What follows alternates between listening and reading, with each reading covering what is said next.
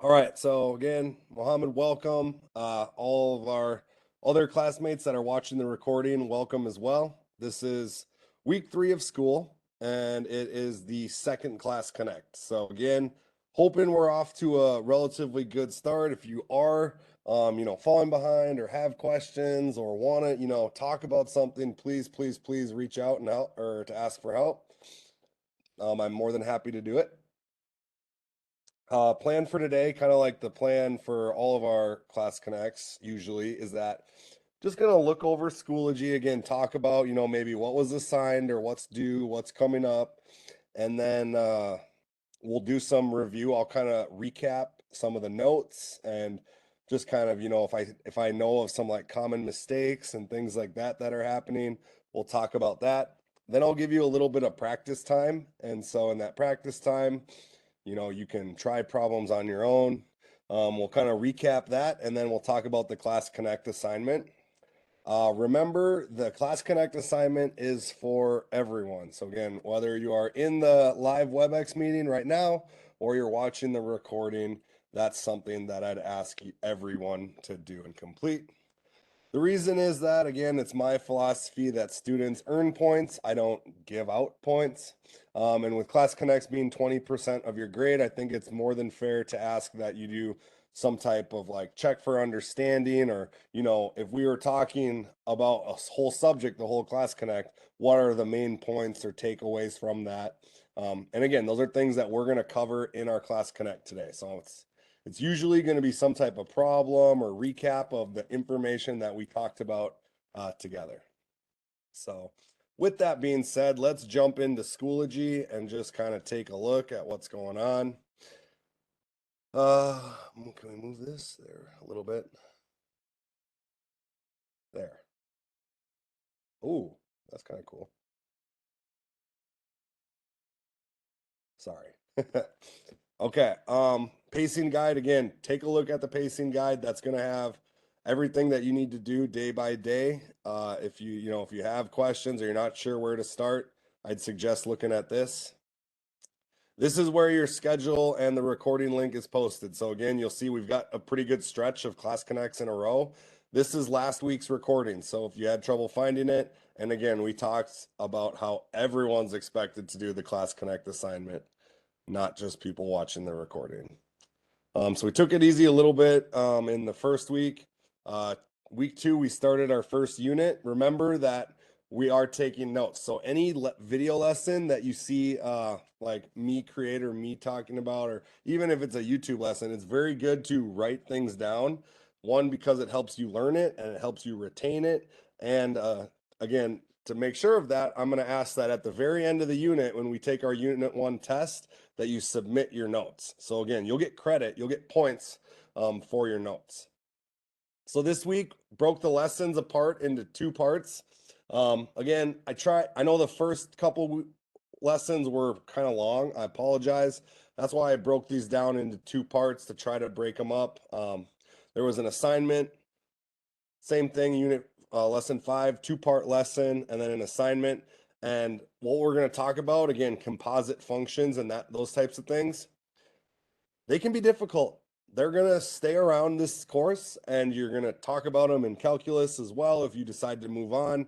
So it really is important that you kind of understand those. So here's some other videos, again, links as to if you need that additional practice, if you want someone else's way of explaining it, that's available for you as well.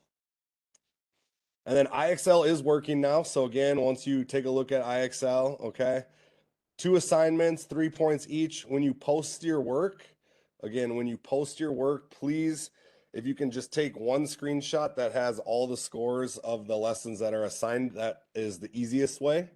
So to try to maybe take a look at doing that when you submit it as well.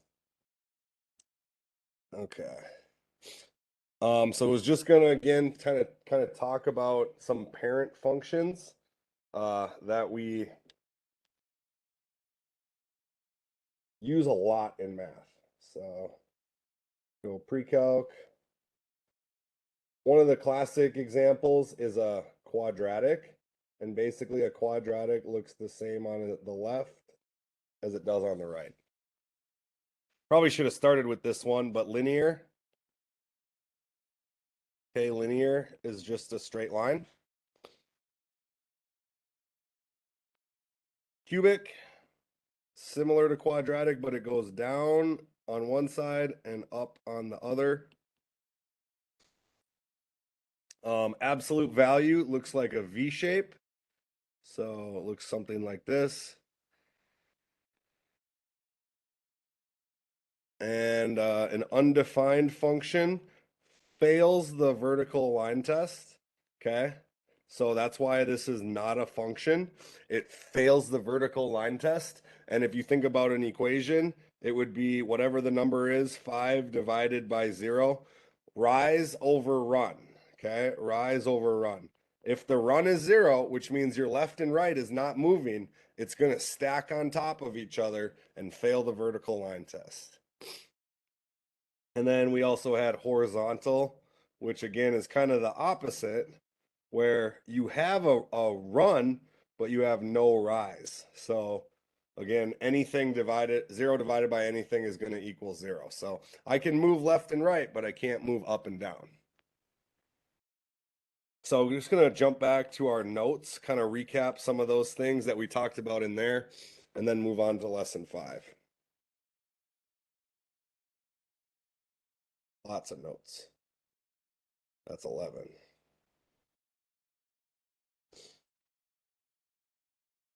Okay, part 4. And then, so again, this is just looking at some of those. Guess we forgot to talk about a square root function, but that's kind of what the parent function looks like. And so again, we want to know what these look like so that when we see them, after they've had these transformations, these reflections, and all these things happen to them, we can still identify what those parent functions are. So notice how we make a vertical and a horizontal shift. A vertical shift, we add or subtract it on the outside of our function. So that's like adding 2 or subtracting 5. Whereas if we want to move it left or right, we add it inside of our function. And notice that it's kind of backwards. So if I subtract C, it shifts my graph to the right. If I add C, it shifts my graph to the left.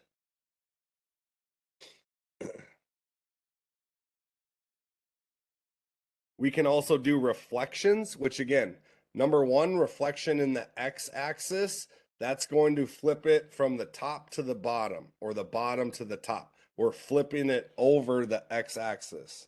Whereas number 2, a reflection in the y-axis, if that negative sign is inside of our parentheses, we're flipping it left and right. It's going from the left to the right. Okay. And then we'll kind of do some examples of that stuff.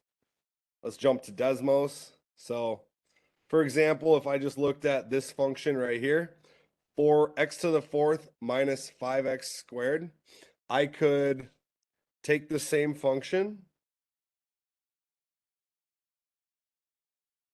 5x squared, but I wanted to shift it down 5, I would subtract 5 at the end. And you can see, hey, I've got the same functions, but now I'm just shifting it up or down. If I added 5, it'd go up there. Same thing if I did something about inside moving inside of my x. So let's say x, there we go. Let's say -3, close it. And then we got to do it over here as well.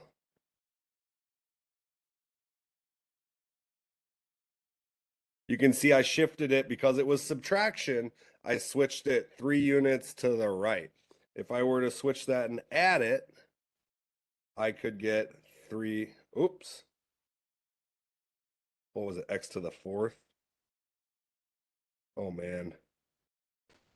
Really goofed this one up.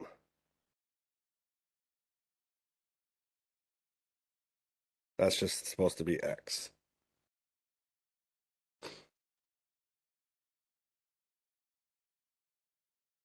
There it goes. All right. So that's a real quick example of that. Reflecting, let's take a look. So we just go back to our original function. if I make everything inside of this a negative, so negative x to the fourth, well, that's multiplication, to the fourth plus 5x squared, I get the same function because I did it to everything. It was on the outside. I get that same function flipping over my x-axis. And if I were to just make my x's negative, so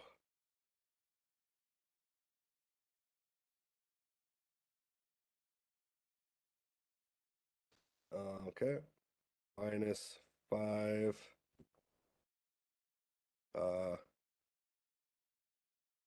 negative x squared. Because it's an even function, it actually is going to be the same. So, all right, looking at part lesson 5. Let me see if I can find it. Oh wait, or this is the second part of part 4. We talked a lot about shifts, compressions, reflections. And so again, these can be well, this is the blank one. This can be a little tricky. This definitely has some like some thinking that you got to really think about. But really, if you keep this in mind, this will help you. If you are affecting your function on the outside, like this c is right here, and that c value is greater than 1, it's going to be a vertical stretch. However, if that c value is in between 0 and 1, say for example 1/2, then it's going to get smaller. Basically the same thing with horizontal stretches. If it's affecting inside of my function and c is bigger than 1, it's going to be a stretch. Whereas if c is in between 0 and 1, it's going to be a shrink. So again, I just say when you're analyzing these things, have your notes ready, have your notes handy for that type of stuff, because it really is helpful to just see kind of what you're looking at and what you need to try out.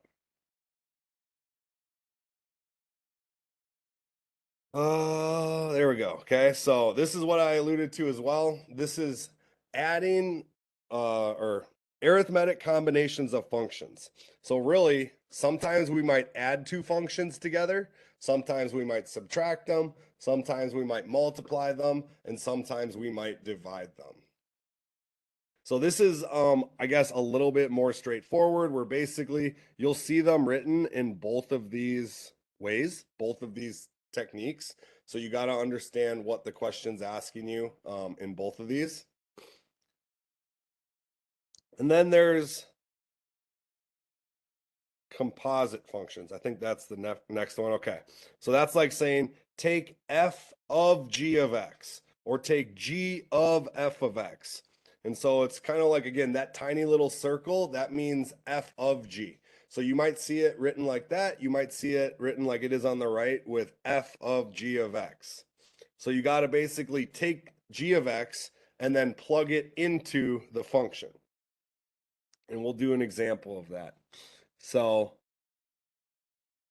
like if we looked at this example, my f of x function was x squared, and my g of x function was x plus 1. So f of x equals x squared, g of x equals x plus 1. So I'm going to take g of x, and every time in my function f of x I see an x, I'm going to input x plus 1. So I took g of x, which was x plus 1, and then I plugged it in to x squared. So I was left with x plus 1 squared. Now, x plus 1 squared, when you rewrite it, is like x plus 1, x plus 1. You could factor this out and get x squared plus 2x plus 1. So that's what my f of g of x is. So I wanted to give you some time to practice some of these composite functions. Again, they can be difficult. They can be difficult. Here's another example. Okay. So let's get some practice, and then if we want to do maybe one or two together, we can do that as well. Oh shoot, I had this cool thing that was, maybe if we have time at the end, I'll show you that.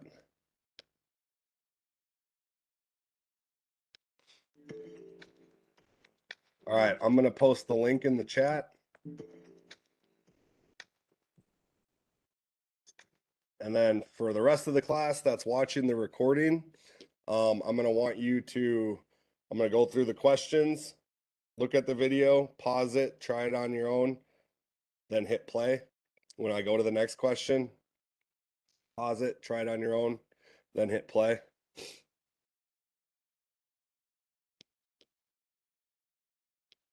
Mohammed, can you click on that link for me?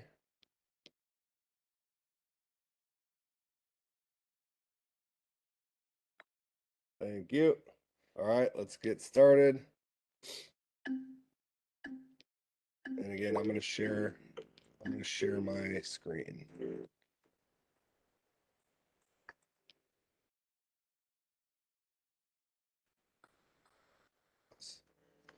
Turn that music off. All right. So again, try these on your own. They may take a little bit of time. If you don't finish it, that's okay.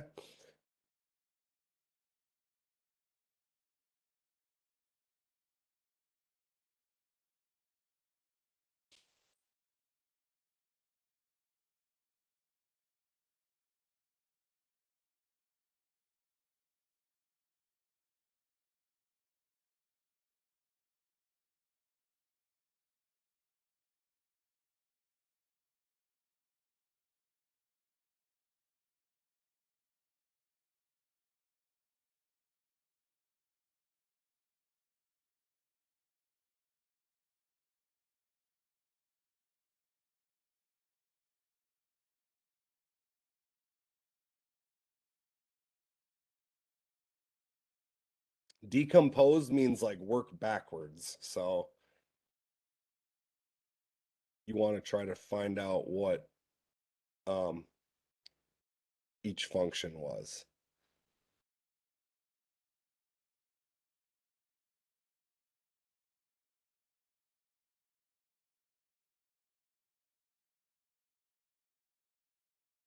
Again, if you're watching the recording, pause the screen, try it on your own.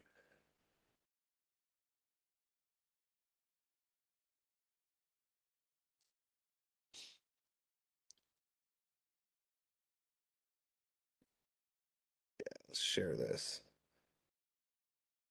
So keep working, Mohammed. I'm going to share this. It's something I forgot to share earlier that kind of sums up what we were going over. So I'm just going to again scroll through this. If you feel like writing any of this down, go ahead or just pause the video and read it.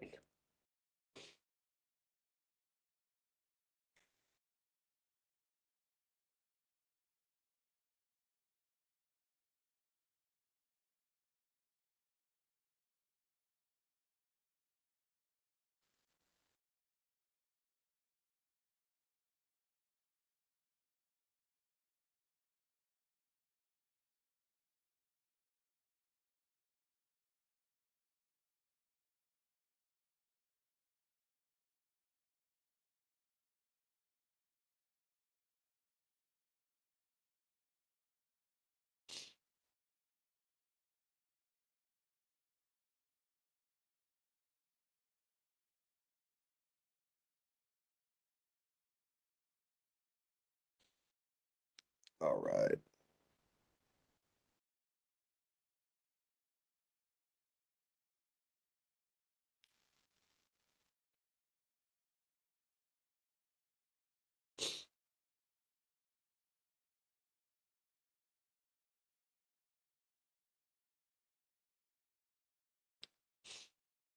All right, gonna wrap it up. Give you about 30 more seconds. Try to finish the question that you're on.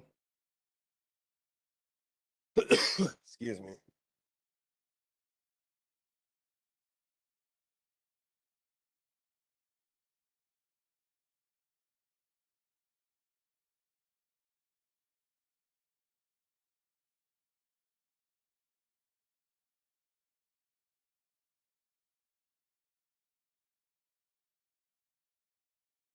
All right. let's maybe just talk about one of them and then we'll talk about our Class Connect assignment and move on.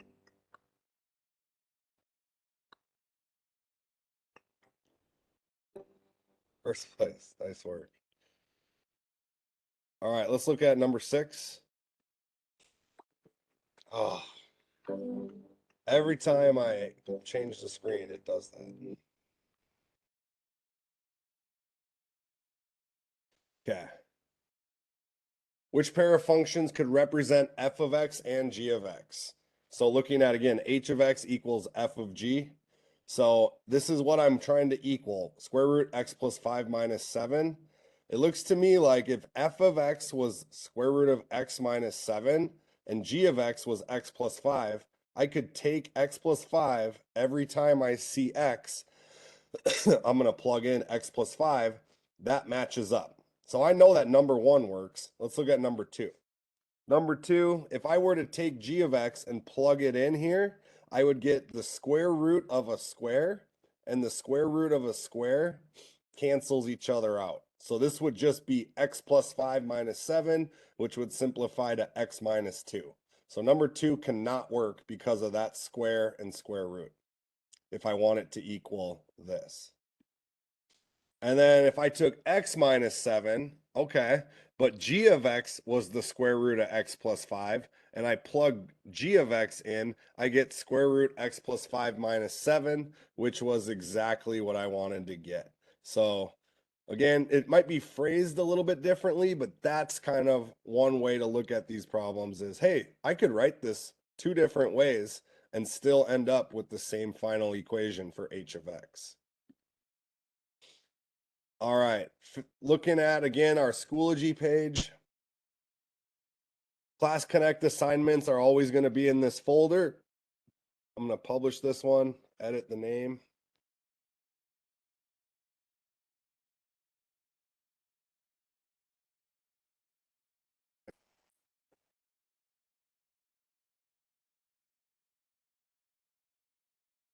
Still spelt it wrong. My goodness. Mr. Larson.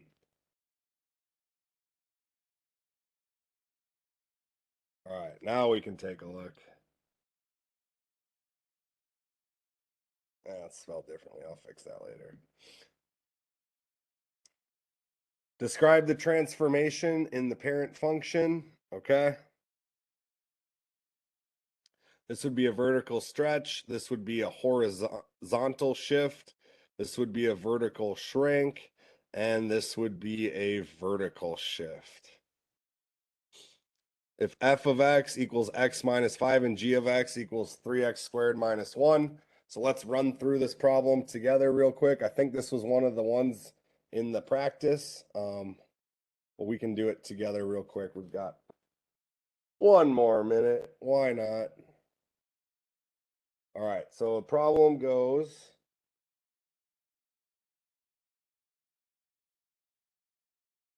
f of x equals x minus 5. G of x equals 3x squared minus 1. It's asking me for, not purple, f of g of x, which again, you could write it like f of g of x. That's kind of how I prefer it. I think that makes the most sense to me. So basically, I'm going to take whatever g of x is, and every time I see that, I'm going to plug it in to f of x. So I'm going to end up with f of g of x equal to 3x squared minus 1 minus 5. Well, I got to simplify 3x squared minus 6. So if I look at that, that's one of my answers. It's going to be part D. Share the screen correctly. It's the second one, or the last one right here. All right. Good luck. Again, if you have questions, please reach out. I'm more than happy to help. To meet, to email, to chat, whatever you need, let me know. Otherwise, have a great rest of your day. We meet the same time, same place next week, next Thursday at 10:30.